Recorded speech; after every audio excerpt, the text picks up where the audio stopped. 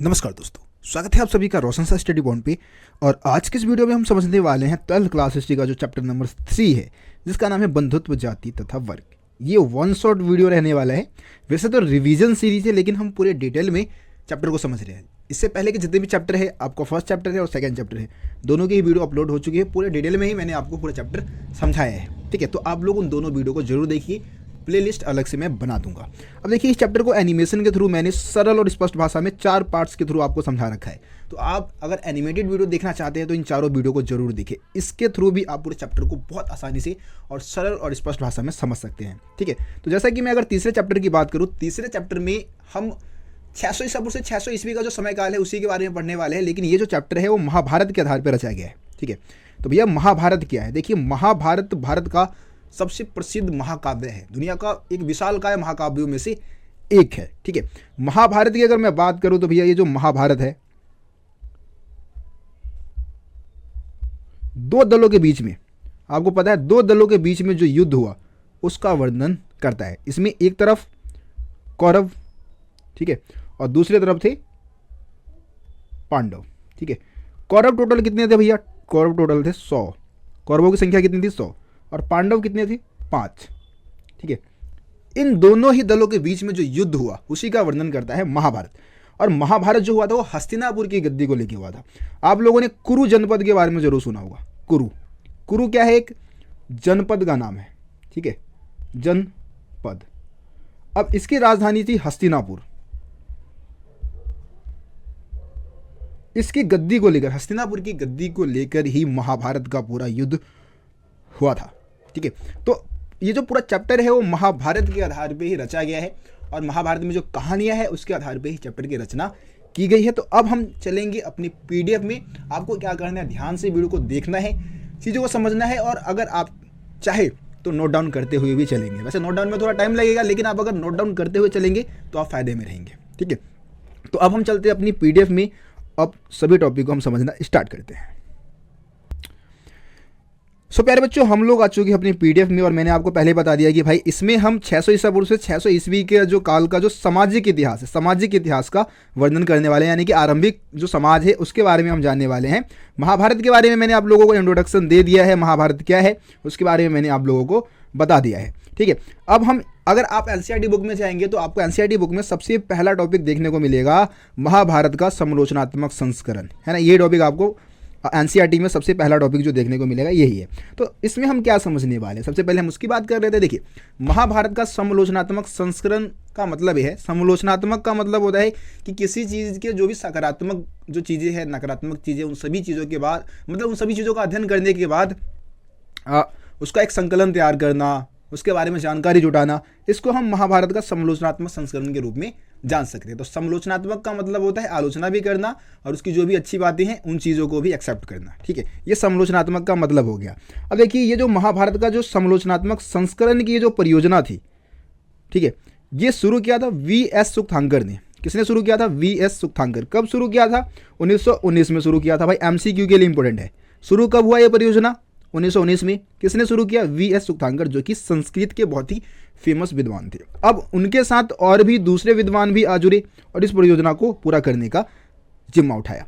अब परियोजना पे काम करने वाले जितने भी विद्वान थे जो कि इस परियोजना को पूरा करने का जिम्मा उठाया था, उन्होंने क्या किया? महाभारत की अनेक भाषाओं में लिखे जो भी पांडुलिपियां है उसको एकत्रित किया। ठीक है, मतलब अलग अलग भाषाओं में, चाहे वो तमिल में लिखा है, तेलुगु में लिखा है, बंगाली में लिखा हुआ है, सबको एकत्रित किया और उन श्लोकों को चयनित किया जो सभी पांडुलिपियों में पाए गए थे। जो सभी पांडुलिपि में श्लोक समान थे, एक जैसे थे, उनको अलग करके उनका प्रकाशन कर दिया, यानी कि पब्लिश करवा दिया 13,000 पृष्ठों पर। 13,000 पृष्ठों पर इसको छापा गया। ठीक है, और इस परियोजना को पूरा होने में टोटल 47 वर्ष का समय लगा था। तो ये महाभारत की समालोचनात्मक संस्करण की परियोजना की बात हो गई। अब देखिए, जब ये परियोजना पूरा हुआ, परियोजना पूरा होने के बाद दो बातें उभर के सामने आई। विद्वानों ने दो बातों को बहुत ही गहराई पूर्वक अध्ययन किया। एक तो भाई संस्कृत के श्लोकों में समानताएं पाई गई। ठीक है, विद्वानों को ये विश्वास हो गया कि संस्कृत के श्लोक चाहे वो कहीं से भी मिले हो, उनमें समानताएं थी। दूसरा, कई क्षेत्रीय प्रभेद भी उभर के सामने आए। अब ये क्षेत्रीय प्रभेद क्या होता है? तो मतलब क्षेत्रों में जो विभिन्नताएं थी वो उभर के सामने आया। वो चाहे कश्मीर की बात कर लो या फिर आप कन्याकुमारी की बात कर लो, महाभारत काल में भी क्षेत्रों में विभिन्नताएं काफ़ी ज़्यादा थी और आज भी है वो चीज़, है ना। तो वो भी चीज़ें उभर के सामने आई थी। ये दो बातें उभर के सामने आई जब परियोजना पूरा हो गया। तो अगला टॉपिक आप देखेंगे बंधुता एवं विवाह, ठीक है, जिसमें सबसे पहले है परिवार के बारे में जानकारी प्राप्त करना। सबसे पहला टॉपिक आपका इसमें जो आपका एनसीईआरटी में जो दूसरा टॉपिक दे रखा है ये दे रखा है, और इसमें पहला टॉपिक है परिवार के बारे में जानकारी प्राप्त करना। तो परिवार के बारे में जानकारी प्राप्त करने में इसमें बता रखा है कि क्या सभी परिवार एक जैसे होते हैं, ठीक है। तो यहाँ पे देखो, परिवार एक बड़े समूह का हिस्सा होते हैं जिन्हें हम संबंधी कहते हैं। मतलब संबंधी लोगों का क्या है, एक समूह है जिसको हम क्या बोल देते हैं, परिवार बोल देते हैं, है ना। और संबंधियों को जातीय समूह भी कहा जाता है। कई बार आपके जो संबंधी है वो जातीय समूह के रूप में आपसे संगठित रहते हैं, आपके साथ सारी चीज़ों का आदान प्रदान करते हैं, है ना। जैसे कि ग्रामीण क्षेत्र में आप जाएंगे तो एक बहुत बड़ा समूह होगा आपकी जाति का, जो कि एक साथ रहते हैं, एक साथ हर चीज़ हर काम करते हैं, है ना। अब देखो, संस्कृत में जो कुल शब्द है, कुल शब्द का प्रयोग परिवार के लिए और जाति शब्द का प्रयोग बांधवों के लिए होता है, ठीक है। कुल शब्द का प्रयोग पूरे परिवार के लिए और जाति शब्द का जो इस्तेमाल है वो बांधवों के बड़े समूह के लिए इस्तेमाल में लाया जाता है। बांधव यानी कि जो आपके जान पहचान वाले हैं उनकी हम बात कर रहे हैं, ठीक है। अब देखिए, पितृवांशिकता व्यवस्था की अगर हम बात करें तो पितृवांशिकता, वैसे ऊपर वाले में आप जो पढ़ेंगे क्या परिवार के बारे में जानकारी प्राप्त करना, इसमें यह भी बता रखा है कि सभी परिवार एक जैसे नहीं होते। आप अगर परिवारों को देखोगे, परिवारों में सदस्यों की संख्या, उनका रहन सहन, रीति रिवाज भी अलग अलग देखने को मिल जाएगा। एक परिवार में हो सकता है कि सदस्यों की संख्या ज़्यादा हो, दूसरे में कम देखने को मिलेगा, है ना। उनका रहन सहन भी अलग अलग परिवारों का अलग अलग होता है। तो ये भी आप इसमें बता सकते हैं। चलिए अगला टॉपिक, पितृवांशिकता व्यवस्था के आदर्श, मतलब पितृवांशिकता व्यवस्था के नियम क्या थे। तो सबसे पहले तो पितृवांशिकता व्यवस्था का मतलब आपको मालूम होना चाहिए कि वह वंश परंपरा जो कि पिता पुत्र पौत्र प्रपौत्र ऐसे चलता है, इस तरीके से चलेगा, उसको हम क्या बोलेंगे, पितृवांशिकता व्यवस्था। और प्राचीन काल में क्या होता था कि ज़्यादातर राजवंश पितृवांशिकता व्यवस्था को ही फॉलो करते थे, ठीक है। मतलब पिता के मरने के बाद उसका पूरा उत्तराधिकारी कौन बन जाता था, उसका बेटा बन जाता था, जो सबसे ज्येष्ठ पुत्र होता था खास करके, ठीक है। तो पिता की मृत्यु के बाद उसके सारे संसाधन को उसके पुत्र को दे दिया जाता था, और पुत्र ना होने पर भाई को या फिर कोई सगा संबंधी है उसको सिंहासन सौंप दिया जाता था, ठीक है। तो ये पितृवांशिकता व्यवस्था के आदर्श हो गए। अब विवाह के नियम की बात कर लेते हैं। तो आपको पता है कि शास्त्रों में 8 प्रकार के विवाह के नियमों का वर्णन किया गया है, जिसमें से 4 को माना जाता है शुद्ध, ठीक है। चार में से भी वैसे भी एक जो था वो सबसे ज़्यादा शुद्ध माना जाता था, वो था बहिर्विवाह। सबसे ज़्यादा शुद्ध बहिर्विवाह को माना जाता था। लेकिन ये 4 जो थे वो उनको मतलब मान्यता मिली हुई थी, और बाकी जो 4 थे वो निम्न स्तर के माने जाते थे, जो कि नीचे जाति के लोग हैं वो अपनाते थे। कुछ इस तरीके से आप इसको समझ सकते हैं, ठीक है। तो सबसे पहले हम विवाह के नियम में सबसे पहले बहिर्विवाह की बात कर लेते हैं, जो कि गोत्र के बाहर विवाह होता था। अभी हम गोत्र की भी बात करेंगे, भैया गोत्र क्या है, आगे टॉपिक आने वाला है तब मैं आपको समझाऊंगा गोत्र क्या होते हैं। तो बहिर्विवाह गोत्र के बाहर होता था। अंतर्विवाह एक ही गोत्र में, ठीक है, एक ही गोत्र के अंदर विवाह संबंध स्थापित हो रहा है। मतलब जो लड़की है और जो लड़का है दोनों ही एक ही गोत्र के होंगे, ठीक है। बहुपत्नी प्रथा, बहुपत्नी प्रथा में क्या होता है, एक ही पुरुष की अनेक पत्नियां होती है, तो इसको बहुपत्नी प्रथा बोलते हैं। एक होता है बहुपति प्रथा, जिसमें एक ही महिला के बहुत सारे पति हो, अनेक पति हो, तो उसको बहुपति प्रथा बोलते हैं। जैसे कि महाभारत में आपको एक एग्जाम्पल देखने को मिल जाएगा द्रौपदी का, ठीक है। उसके बाद गोत्र आ गया भैया, गोत्र। तो गोत्र की बात करें तो भाई गोत्र का निर्धारण होता था वैदिक ऋषि के नाम पे, है ना। वैदिक काल में बहुत सारे ऋषि मुनि हुए, तो उनके नाम के आधार पे ही गोत्र का निर्धारण हो गया। मतलब ऐसा माना जाता है कि हम जितने भी हिंदू धर्म के लोग हैं, कहीं ना कहीं हमारा संबंध उन ऋषियों से ही है जो वैदिक काल में थे, उन्हीं से हमारी उत्पत्ति हुई है, ठीक है। तो इसीलिए अगर मान लो किसी व्यक्ति का गोत्र है वशिष्ठ, क्या गोत्र है, वशिष्ठ, तो कहीं ना कहीं ये माना जाएगा कि उनकी उत्पत्ति जो है वशिष्ठ, ऋषि वशिष्ठ से ही हुई है, ऐसा कुछ आप इसको समझ सकते हैं। तो गोत्र का निर्धारण वैदिक ऋषि, ये यहाँ पे थोड़ा मिसप्रिंट हो गया है, माफी चाहूँगा, वैदिक ऋषि के नाम से होता है, और उस गोत्र के सदस्य उसी ऋषि के वंशज माने जाते हैं, ठीक है। गोत्र के 2 नियम थे, एक ही गोत्र के सदस्य आपस में विवाह नहीं कर सकते थे, और दूसरा विवाह के पश्चात स्त्री को पिता के स्थान पे पति के गोत्र का माना जाता था, ठीक है। अगला है सातवाहन वाला टॉपिक। सातवाहन शासकों की अगर हम बात करें तो सातवाहन वंश के राजा जो थे वो कहाँ से शासन किया था, महाराष्ट्र से, ठीक है, याद रखना, महाराष्ट्र से इन्होंने शासन किया था। और अगर मैं इनकी बात करूँ तो भाई ये एक तो गोत्र के नियम को नहीं मानते थे, ठीक है। इन्होंने एक ही परिवार में क्या किया, विवाह संबंध स्थापित किए थे। कुछ सातवाहन जो राजा थे वो बहुपत्नी प्रथा को मानते थे, मतलब बहुत सारी रानियाँ थी उनकी। और मतलब सातवाहन रानियों की अगर विवाह की बात करें तो उन्होंने मतलब गौतम जो है गोत्र और वशिष्ठ गोत्र को अपना रखा था, जो कि इनके पिता के गोत्र थे। इससे समझ में आता है कि वो शादी के बाद भी उन्होंने अपने पिता के गोत्र को अपनाए रखा। तो सातवाहन राजा जो है वो ऐसे एग्जाम्पल पेश करते हैं कि जो गोत्र व्यवस्था के जो भी नियम बनाए गए थे या ब्राह्मणों ने जो नियम बनाए थे उसका पालन ये नहीं करते थे। उसके बाद क्या माताएं महत्वपूर्ण थी, अगला टॉपिक आपको एनसीईआरटी में ही देखने को मिलेगा। तो हाँ, भारतीय इतिहास में माताओं को महत्व दिया गया। वैसे तो ज़्यादातर राजवंश जो चलते थे या जो उत्तराधिकारी का जो नियम था वो पितृवांशिकता के आधार पर होता था, लेकिन कई बार कुछ राजाओं ने माताओं को बहुत ज़्यादा महत्व दिया। जैसे कि सातवाहन राजाओं की अगर हम बात करें तो एक नाम आता है गौतमी पुत्र श्री सातकर्णी का, ठीक है। तो गौतमी पुत्र श्री सातकर्णी, यहाँ पे गौतमी क्या है, उसकी माता का नाम है, और सातकर्णी यहाँ पे राजा का नाम है, लेकिन उसने गौतमी पुत्र श्री सातकर्णी यानी कि अपने नाम के आगे अपनी माता का नाम लगा दिया। तो इस तरीके से हम कह सकते हैं कि हाँ भाई, माताएं महत्वपूर्ण थी। उसके बाद सामाजिक विषमताएं, वर्ण व्यवस्था के दायरे और उससे परे। यहाँ पे हम वर्ण व्यवस्था की बात करने वाले हैं। आपको पता है कि ब्राह्मण जो थे, जैसे मनुस्मृति लिखा गया, जो ब्राह्मणी शास्त्र लिखे गए, उसमें वर्ण व्यवस्था की रचना की गई, जिसमें पूरे समाज को 4 वर्गों में बांट दिया गया है ना। और इसके अलावा कुछ लोगों को जो शूद्र थे या अस्पृश्य थे उनको सबसे निचला दर्जा प्रदान कर दिया गया, ठीक है। और जाति व्यवस्था का भी निर्माण किया जाएगा, ठीक है। और ये सब मतलब जन्म के आधार पर निर्धारित किया गया था। चलिए, तो वर्ण व्यवस्था में 4 वर्ण बनाए गए, उनके लिए अलग अलग आजीविका भी निर्धारित की गई। जैसे कि ब्राह्मण है, उनका काम क्या है, वेदों का अध्ययन करना, है ना, वेदों का शिक्षा प्रदान करना, लोगों को यज्ञ करना, दान देना व लेना।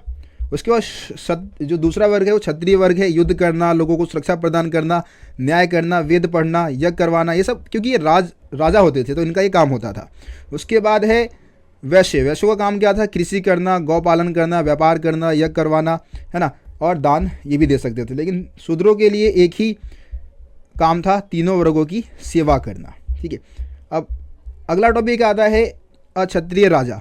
उससे पहले मैं आपको बताना चाहूँगा कि वर्ण व्यवस्था के नियमों का पालन करवाने के लिए भी ब्राह्मणों ने कई नीतियाँ अपनाई थी, है ना।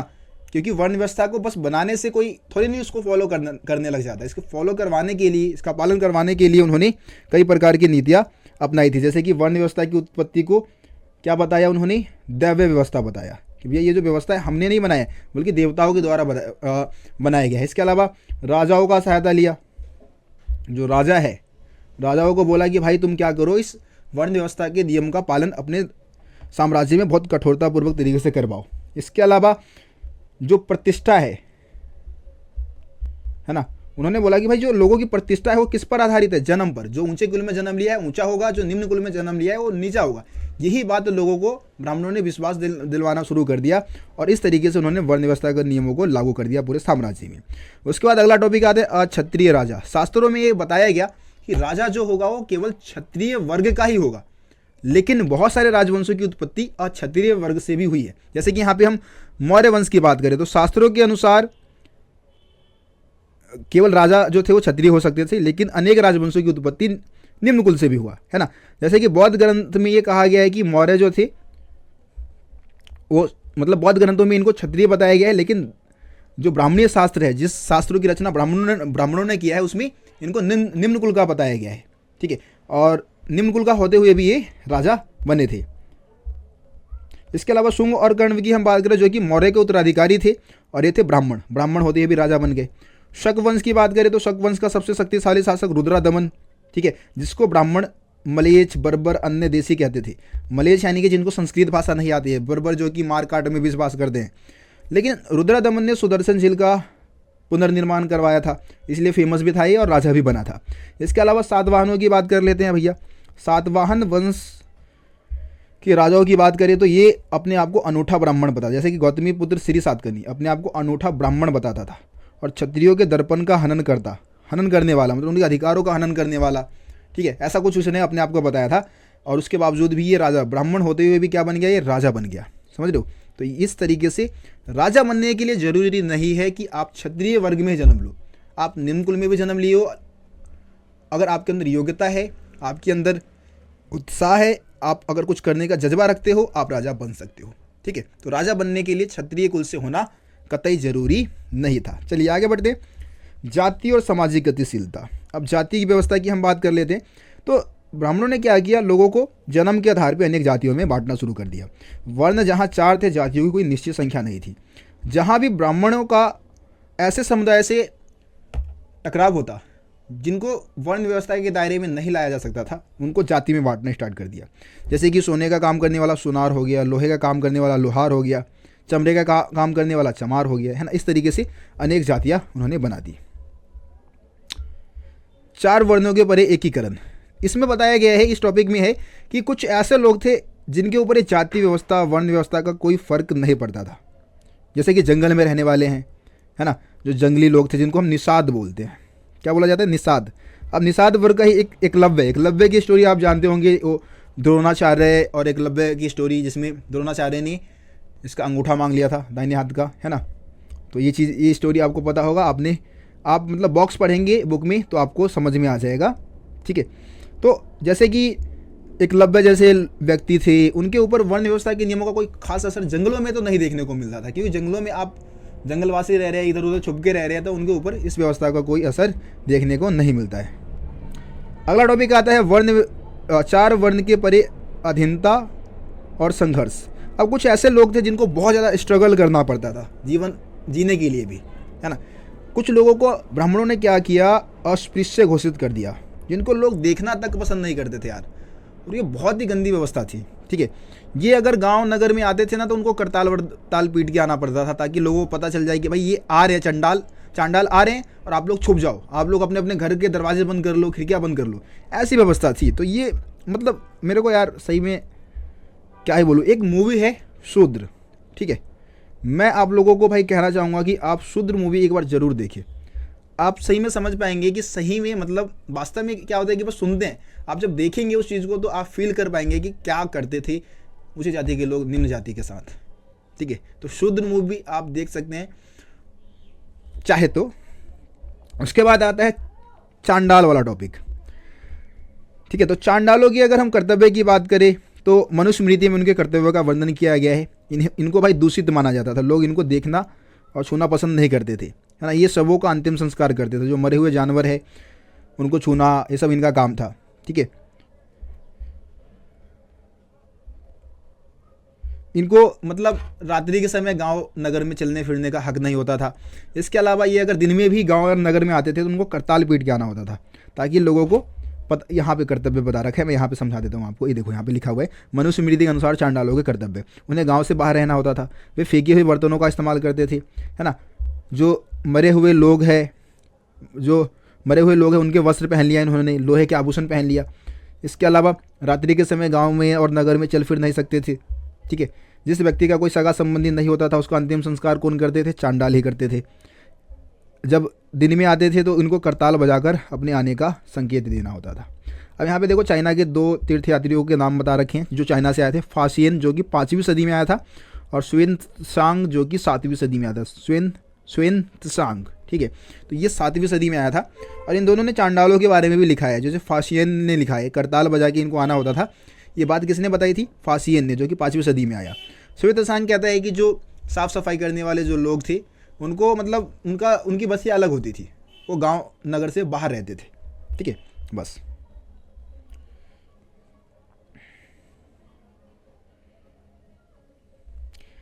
देखो इस टॉपिक में कोई खास चीज़ नहीं बता रखी है, समझाने लायक कुछ है नहीं, 2 पॉइंट है और खास समझाने लायक कुछ नहीं है। हम आगे सीधा बात करते हैं संपत्ति पर स्त्री और पुरुष के विभिन्न अधिकार। ठीक है, तो इसमें बता रखा है कि भाई महिला और जो पुरुष है उसको किस तरीके से संपत्ति अर्जित कर सकते थे, संपत्ति अर्जित करने के क्या क्या तरीके थे। तो आपको पता है कि मनुस्मृति के अनुसार, मनुस्मृति आपको पता है ना भैया, मनुस्मृति जो है वो भारत का सबसे प्रसिद्ध विधि ग्रंथ है। इसकी रचना मनु ने की थी, मनु एक ऋषि थे। इसकी रचना 200 ईसा पूर्व से लेके 200 ईस्वी के दौरान की गई थी। ठीक है, ये डेट भी आप याद रखना। तो इसी में सारे नियम, प्राचीन काल का संविधान था, ये सारे नियम कायदे कानून इसी में लिखे हुए थे। तो मनुस्मृति के अनुसार पिता की मृत्यु के बाद उसके सारे संपत्ति का अधिकारी जो था उसका पुत्र बन जाता था, मतलब सभी पुत्रों में समान रूप से बांट दिया जाता था। लेकिन जो ज्येष्ठ पुत्र होता था, जो सबसे बड़ा पुत्र होता था, उसको विशेष भाग मिल जाता था। स्त्री का पिता के जायदाद पे कोई हिस्सा नहीं होता था, लेकिन विवाह के समय उनको कुछ उपहार भेंट मिलता था, उसको स्त्री धन माना जाता था और उस पर स्त्री का ही हक होता था। ठीक है,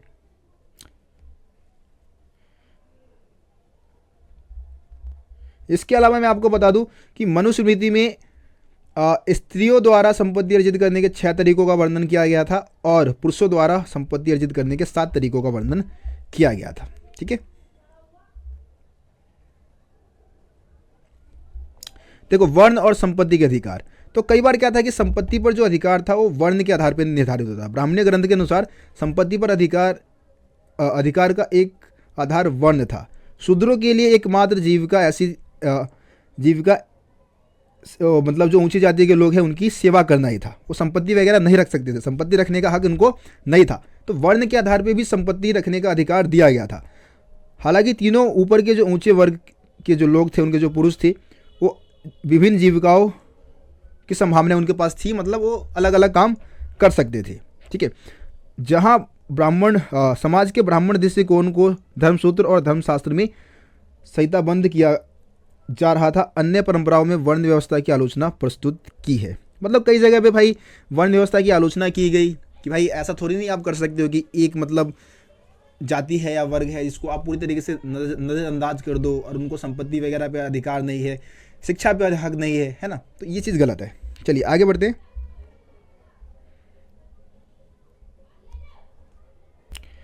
अब अगला टॉपिक आता है एक वैकल्पिक सामाजिक रूपरेखा संपत्ति में भागीदारी। तो यहाँ पे हम साउथ इंडिया की बात कर लेते हैं, वहाँ पे संपत्ति में हिस्सेदारी का क्या मतलब रूल्स वगैरह था। तो देखिए प्राचीन तमिल क्षेत्र की बात करें तो लगभग 2000 वर्ष पहले यहाँ पे अनेक सरदारियाँ थी। सरदारियाँ यानी कि जहाँ के ऐसा एरिया जहाँ का एक सरदार होता था जो कि यहाँ के लोगों पर नियंत्रण रखता था। और यहाँ के जो सरदार थे यानी कि राजा जो होते थे, एक तरीके से वो जो गायक होते थे या फिर जो कवि होते थे उनको आश्रय दिया करते थे। ठीक है, तमिल भाषा में जो आपका संगम ग्रंथ लिखे गए, संगम साहित्य, उसमें आर्थिक और सामाजिक संबंधों का चित्रण किया गया है। लोगों के बीच में कैसा संबंध था उसका वर्णन मिलता है। ठीक है, इससे पता लगता है कि उस समय धनी और निर्धन लोगों में काफ़ी ज़्यादा विषमताएँ थी। और इसके अलावा जो संसाधन पर नियंत्रण रखते थे, जिनके पास बहुत ज़्यादा पैसे होता था, उनसे उम्मीद की जाती थी उन लोगों से कि वो मिल बांट कर इसका उपयोग करें। लेकिन भाई मिल बांट के कौन उपयोग करता है? जिसके पास पैसा है वो तो मौज मारता है। ठीक है, इसमें ज़्यादा कोई खास चीज़ें नहीं बता रखी है इस टॉपिक में। राजा का पद लोगों द्वारा चुने जाने पर निर्भर करता था। ठीक है, ऐसा तो भाई था नहीं। थोड़ा सा मेरे को इस चीज़ को लेकर थोड़ा सा मतलब डाउट है, क्योंकि राजा जो था वो लोग, राजा को थोड़ी नहीं लोग चुनते थे, बल्कि वो तो वंशानुगत होता था, है ना। पिता के मरने के बाद वो बन जाता था इस तरीके से।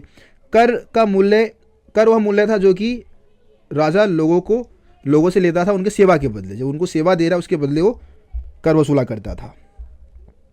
इसके अलावा आर्थिक और सामाजिक संबंधों को बनाने में मानवीय कर्म का बड़ा हाथ होता था, जो कि लोगों के बीच में जो अच्छे संबंध अगर राजा बना रहे तो उसमें उसका कर्म का बड़ा योगदान होता था। अगर अच्छा कर्म करेगा तो जाहिर सी बात है कि लोगों से उसके संबंध अच्छे होंगे। ठीक है, चलिए खैर ये जो 2-3 टॉपिक है ज़्यादा इंपॉर्टेंट नहीं है, यहाँ से कोई क्वेश्चन भी नहीं आता है पेपर में। ठीक है, लेकिन थोड़ा बहुत मैंने जो भी चीज़ें आपको बतानी थी मैंने समझा दिया है। अब आ जाते हैं, देखिए ये बहुत इंपॉर्टेंट टॉपिक है भाई, साहित्यिक स्रोतों का इस्तेमाल। अब देखिए किसी भी इतिहास के बारे में जानकारी प्राप्त करने का एक महत्वपूर्ण स्रोत होते हैं साहित्यिक स्रोत, है ना। जैसे कि महाभारत है, रामायण है, वेद है, पुराण है, ये सब क्या है? लिखित स्रोत है, यानी कि साहित्यिक स्रोत है। इससे हम किसी भी इतिहास के बारे में जान सकते हैं। लेकिन अगर हम किसी भी साहित्यिक ग्रंथ का इतिहास की रचना में इस्तेमाल कर देना तो हमें मतलब बहुत सारी बातों को ध्यान में रखना होता है। अब कौन कौन सी बातों को ध्यान में रखना है किसी भी साहित्यिक ग्रंथ का अध्ययन करते समय, उसी को हम इस टॉपिक में समझने वाले हैं। तो सबसे पहली जो बात आपको ध्यान में रखना है वो ग्रंथ की भाषा, कि भैया ग्रंथ किस भाषा में लिखी गई, है ना। पाली, प्राकृत, तमिल जो कि आम लोगों की भाषा है, या फिर संस्कृत जो कि पुरोहित और ख़ास वर्ग इसका इस्तेमाल करते थे। किस भाषा में लिखी गई है, सबसे पहला पॉइंट। ग्रंथ का प्रकार, ग्रंथ किस प्रकार का है? मंत्र के रूप में है, अगर मंत्र के रूप में होगा तो उच्चारित किया जाएगा। कथा के रूप में है, अगर कथा के रूप में होगा तो लोग इसको पढ़ और सुन सकते हैं। ठीक है, उसके बाद लेखक कौन है जिसके द्वारा इस ग्रंथ की रचना हुई है। उसके बाद रचना काल क्या है, रचना काल में क्या देखेंगे कि भैया ग्रंथ की रचना किस समय काल में हुई है। उसके बाद रचना भूमि, यानी कि ग्रंथ का रचना स्थान क्या है, किस स्थान पे ग्रंथ की रचना हुई है, और आखिर में देखा जाता है कि भाई रचना करने का उद्देश्य क्या था। जैसे कि महाभारत और रामायण किस लिए लिखा गया, उसका मेन पर्पस क्या था कि हमेशा बुराई पे अच्छाई की जीत होती है। ठीक है, इस तरीके से समझ सकते हैं आप इसको। अगला टॉपिक आता है महाभारत की भाषा एवं विषय वस्तु। ठीक है, महाभारत की अगर मैं भाषा की बात करूं तो भाषा भाई अनेक भाषाओं में लिखा गया है, लेकिन इसकी मूल भाषा क्या है, संस्कृत है। अगर मैं इसके विषय वस्तु की बात करूं तो भैया विषय वस्तु मतलब है कि इनमें किन चीज़ों का वर्णन किया गया है। तो इसके विषय वस्तु को ना दो भागों में बांटा गया, एक है आख्यान और दूसरा है उपदेशात्मक। आख्यान में क्या लिखा होता है भैया, आख्यान जो है, आख्यान में पूरी तरीके से कहानियों का वर्णन है। जो भी महाभारत में जितनी भी कहानियाँ दी गई है उसको कौन से भाग में लिखा गया है, आख्यान वाले भाग में। उपदेशात्मक अंश में क्या लिखा गया है, उपदेश देने वाली जो बातें हैं, सामाजिक आचार विचार के मानदंड है, समाज को उपदेश देने वाली जो बातें हैं उसका वर्णन किया गया है। लेकिन ये जो विभाजन है पूरी तरीके से स्पष्ट नहीं है। ये आख्यान और उपदेशात्मक वाला जो विभाजन है पूरी तरीके से स्पष्ट नहीं है, क्योंकि कई बार उपदेश देने वाली जो उपदेशात्मक अंश है उसमें कहानियों को शामिल कर लिया गया और कई बार आख्यान में उपदेशात्मक अंशों को जोड़ दिया गया। तो इस तरीके से ये विभाजन पूरी तरीके से स्पष्ट नहीं माना जाता है। उसके बाद लेखक की बात कर लेते हैं, लेखक एक या अनेक। देखिए महाभारत के अगर लेखक की बात करूँ, अनेक लेखक है। इसके जो मूल कथा के रचनाकार है वो है भाट सारथी, जिनको क्या कहा जाता था, सूत। सूत वो होते थे जो कि रथ चलाते थे। ठीक है, ये क्षत्रिय योद्धाओं के साथ युद्ध में जाते थे। युद्ध के दौरान जो भी चीज़ें होती थी, जो भी कारनामे वो करते थे, उनके ऊपर कविता और कविताएं लिखा करते थे। ठीक है, अब स्टार्टिंग में इसका जो प्रचार था वो मौखिक रूप से हुआ। फिर 5वीं शताब्दी ईसा पूर्व में महाभारत पे अधिकार हो गया, इस परंपरा पे यानी कि महाभारत पे अधिकार हो गया ब्राह्मणों का। ठीक है, ब्राह्मणों ने अधिकार कर लिया और इसको आगे लिखना शुरू किया। फिर लगभग 200 ईसा पूर्व से 200 ईस्वी में क्या होता है, इसके रचना का एक नया चरण देखने को मिलता है, एक नया स्टेप लिया जाता है। ठीक है, और ये वही समय था जब भारत में विष्णु देव की आराधना शुरू हो रही थी। और आपको पता है विष्णु देव के ही अवतार है श्री कृष्ण, जो कि महाभारत के प्रमुख नायक थे, है ना।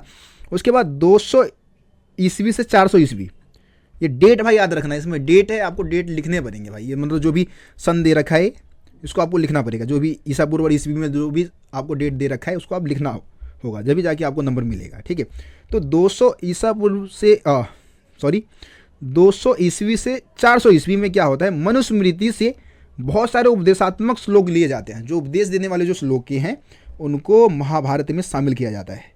ठीक है, और स्टार्टिंग में महाभारत में केवल 10,000 श्लोक होते हैं, केवल 10,000। लेकिन अब ये 1 लाख श्लोकों वाला एक विशाल का 10,000 से सीधा 1 लाख हो गए, तो 1 लाख श्लोकों वाला एक विशाल का ग्रंथ बन गया। और साहित्यिक परंपरा में महर्षि वेद व्यास को इस ग्रंथ का रचनाकार माना जाता है। तो वास्तव में अगर आपसे कोई पूछे कि भाई महाभारत का लेखक कौन है, तो आप वेद व्यास बताएंगे। लेकिन इसके मूल कथा के रचनाकार कौन है, मूल कथा यानी कि जिन्होंने इसकी रचना शुरू की होगी, तो भाट सारथी। अब अगला टॉपिक आता है सुदृश्यता की खोज। इसमें हम बीबी लाल की बात करने वाले हैं। बीबी लाल एक पुरातत्वविद है जिन्होंने हस्तिनापुर में खनन किया था। हस्तिनापुर में कब खनन किया था, 1951 से 52 के बीच में। ठीक है, तो हस्तिनापुर मेरठ यूपी में मेरठ जिला है, वहाँ का एक गांव है हस्तिनापुर। वो महाभारत के बारे में जानना चाहते थे, इसलिए उन्होंने यहाँ पे खनन किया था। तो आपको पता है महाभारत काल में कुरु जनपद की राजधानी क्या थी, हस्तिनापुर। ठीक है, यहीं पे उन्होंने खनन किया था बीबी लाल ने, और आबादी के 5 स्तर के साक्ष्यों की जानकारी उन्होंने प्राप्त की थी। मतलब ज़मीन के नीचे जो अलग अलग लेयर्स होते हैं, फर्स्ट लेयर ऐसे, सेकेंड लेयर ऐसे, मतलब जो लोग रहते हैं और कई बार जगह को रहते रहते त्याग देते हैं, तो अलग अलग लेयर्स बन जाता है ना। इस तरीके से 5 लेयर्स जो है उसकी जानकारी इन्होंने प्राप्त की। दूसरा और तीसरा बहुत ज़्यादा महत्वपूर्ण रहा हमारा, दूसरा स्तर और तीसरा स्तर। जो दूसरा स्तर है, दूसरा जो लेयर है उसका समय काल क्या है, 12वीं से 7वीं शताब्दी ईसा पूर्व का। और जो तीसरा है उसका समय काल क्या है, 6ठी शताब्दी ईसा पूर्व से 3री शताब्दी ईसा पूर्व। ठीक है, तो सबसे पहले हम दूसरे स्तर की बात करें तो यहाँ के जो घर थे उनके जो दीवार है वो सरकंडों के बने हुए थे और मिट्टी का प्लस्तर भी इनके ऊपर चढ़ाया गया था। ठीक है, और ज़्यादातर जो कुछ मिट्टी जो घर बनाए गए थे वो कच्ची मिट्टी के जो ईंट है उससे भी दीवारें बनाई गई थी घरों की। ठीक है, साफ़ सफाई की उतनी अच्छी व्यवस्था इस समय काल में नहीं थी। लेकिन आप देखेंगे जो तीसरे स्तर के जो अगर हम घर की बात करें तो कच्ची और पक्की दोनों ईंटों की बनाई गई थी। ठीक है, इसके अलावा गंदे पानी को निकालने के लिए अच्छे तरीके से नालियों को बनाया गया था। वलय कुंभ का इस्तेमाल था, कुओं और मल की निकासी वाले गर्तों दोनों ही रूपों में किया गया था, यानी कि कुछ हौज वगैरह बनाए गए जहाँ पे मल मूत्र को इकट्ठा किया जाता होगा, कुओं के अवशेष मिले हैं। ठीक है, तो इस तरीके से आप इसको समझ सकते हैं। अगला टॉपिक आता है एक गतिशील ग्रंथ। आपको पता है कि महाभारत जो है एक गतिशील ग्रंथ है ना। गतिशील का मतलब होता है जो लगातार चलता रहे, जिसमें लगातार बदलाव होता रहे, जो रुके ना कभी, है ना। तो महाभारत भी क्या है, एक गतिशील ग्रंथ है, क्योंकि इसमें मतलब हमेशा कुछ ना कुछ बदलाव होते रहे हैं। जैसे कि इसको अनेक भाषाओं में, अलग अलग भाषाओं में लिखा गया है। संस्कृत के साथ ही इसकी रचना खत्म नहीं हो गई, बल्कि इसको अनेक भाषाओं में लिखा गया। इसमें अनेक कहानियों को समाहित किया गया। इसकी मुख्य कथा की पुनर्व्याख्या की गई, दोबारा से इसको व्याख्यात किया गया इसको। इसके प्रसंगों को, मतलब मेन जो चीज़ें है उसको मूर्तिकला, चित्रकला के माध्यम से दर्शाया गया। ठीक है, इसमें नाटकों और नृत्य कला के लिए भी विषय वस्तु प्रदान किया है। इसके अनेक लेखक है, इसके रचना में 1000 वर्ष से भी ज़्यादा समय लगा है। तो ये सब क्या दर्शा रहा है, ये सब दर्शा रहा है कि महाभारत क्या है, एक गतिशील ग्रंथ है। ठीक है, तो इस तरीके से आपका ये जो चैप्टर है कंप्लीट होता है। रिवीजन सीरीज था। मैं उम्मीद करता हूँ कि आप लोग इस चैप्टर की जो भी एनिमेटेड वीडियो है इसको ज़रूर देखेंगे। बहुत आसान और सरल भाषा में आपको सारी चीज़ें इसमें समझाई गई है। ठीक है, बाकी आप लोग रोशन सर स्टडी पॉइंट को अगर अभी तक सब्सक्राइब नहीं किया तो सब्सक्राइब करके बेल आइकन को प्रेस कर दे, ताकि हमारे चैनल पे आने वाली सभी वीडियो का नोटिफिकेशन सबसे पहले आप तक पहुंचे। मिलते हैं फिर आप लोगों से अगली वीडियो में, तब तक के लिए जय हिंद, जय भारत, जय सिया राम। मिलते हैं आप लोगों से अगली वीडियो में।